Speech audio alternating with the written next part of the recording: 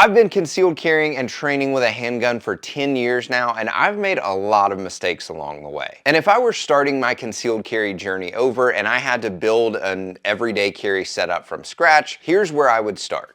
Let's do it.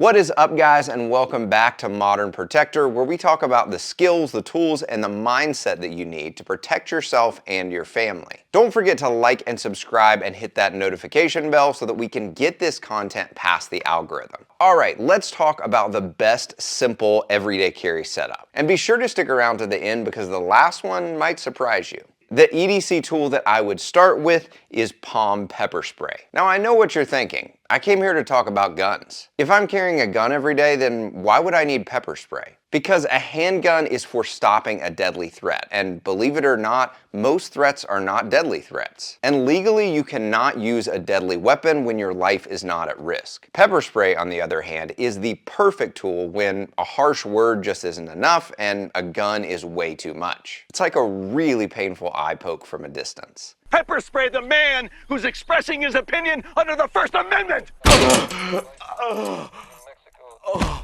If you need a good pepper spray to carry every day, then check out my affiliate link in the description for POM Pepper Spray. Next is going to be a good flashlight. Now, a flashlight is not only great for everyday tasks, but it can be used defensively to temporarily blind an attacker and allow you to see threats much clearer. No, it's not a magic wand that's just gonna make bad guys run away, but it can definitely give you an advantage. The one that I'm carrying right now is the Acebeam UC20. Next is a trauma kit, and guys, this is one of the most important things you can carry. I get it, it's not sexy and your buddies don't think it's cool.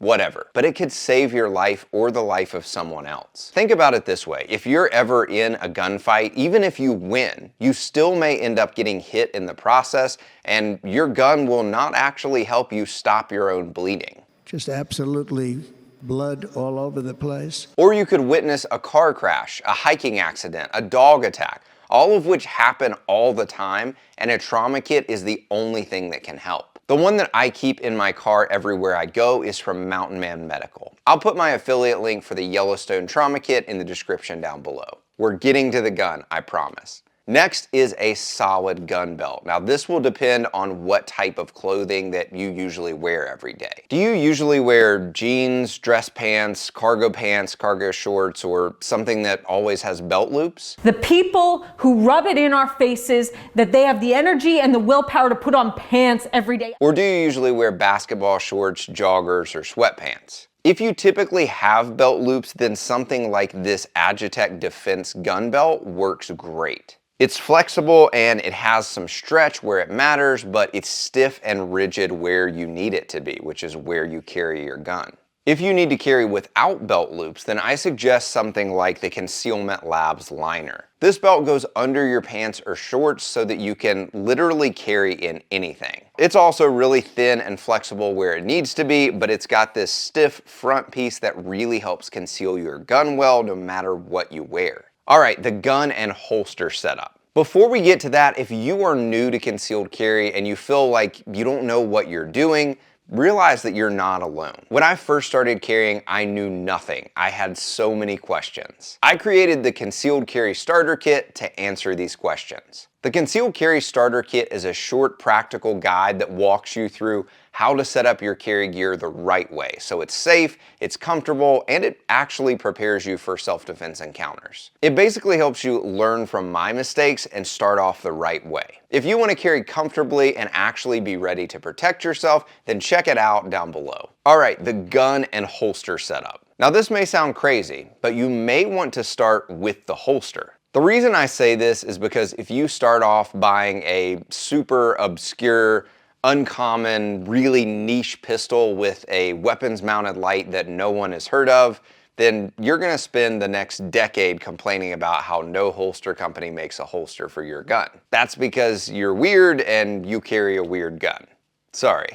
I'm sorry. So when you're looking into your first handgun, check some popular holster maker websites and make sure that there are actually holsters available for that gun, especially if it's a brand new gun that just came on the market. Now, a safe holster should cover your trigger guard completely, hold your gun securely, allow you access to your gun consistently, and it should not collapse on itself when the gun is drawn. The one that I'm carrying right now is from Vetter Holsters. I'll put their website in the description down below. So what gun should you carry? This is all about compromise. If you choose something really big like the Glock 17, then you're probably going to feel like it's always showing and it's uncomfortable. Hey, some guys can do it. If you carry something like a Ruger LCP, you're most likely going to have a hard time getting it out quickly and shooting it well. This is why you don't see tiny pocket guns in many training classes. Which, getting your gun out and being able to use it quickly and effectively is kind of the point of carrying a gun, right? Now, obviously I'm using two extremes as an example because for most people, it falls somewhere in the middle, leaning one way or the other. You need to carry something that you train with and feel very comfortable drawing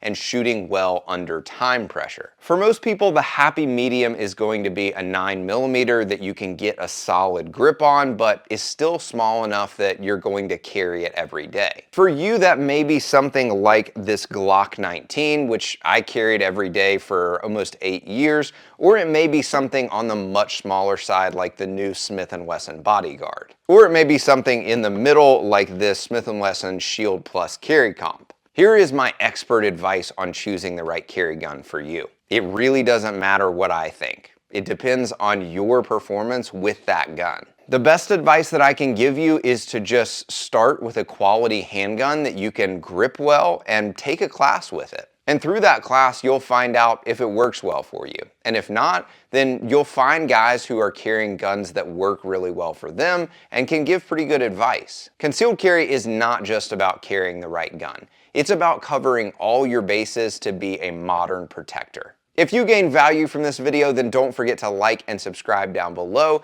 And until next time, be alert, stand firm in your faith, be strong, be courageous, and let all that you do be done in love. Thanks for watching, and I'll see you next time.